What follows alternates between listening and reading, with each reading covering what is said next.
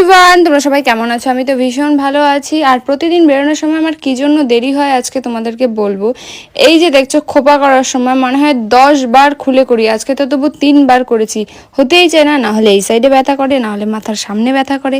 কার কার সাথে এরকম হয় জানি না, আমার একটু টান লাগলে আমি সহ্য করতে পারি না, বারবার খুলছি বারবার করছি। আর মা পাশ থেকে বলছে কি, তোর এই জন্য দেরি হয় প্রতিদিন বেরোতে, আয়নার সামনেই তোর 1 ঘন্টা লাগে, আয়নার কোনো প্লেস পাওয়া যায় না। আর আমার মা আমাকে বকা দিচ্ছে পাশ থেকে, আর আমার রাগ উঠছে খুব, হচ্ছেই না, আর হাত ব্যথা হয়ে যাচ্ছে। প্রতিনিয়ত জীবনের সাথে যুদ্ধ করে যাচ্ছে, আর যে কত স্যাক্রিফাইস করব জীবনের জন্য জানি না। স্যাক্রিফাইস করতে করতে জীবনটা মানে এগিয়ে যাচ্ছে। সব স্যাক্রিফাইস যে কেন মেয়েদেরকেই করতে হয় এটা সত্যি আমি জানি না।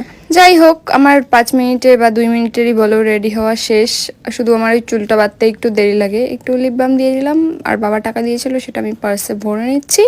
তারপর আমি রেডি হয়ে এখন বেরিয়ে পড়বো আমার পঙ্খিরাজকে নিয়ে। টাটা।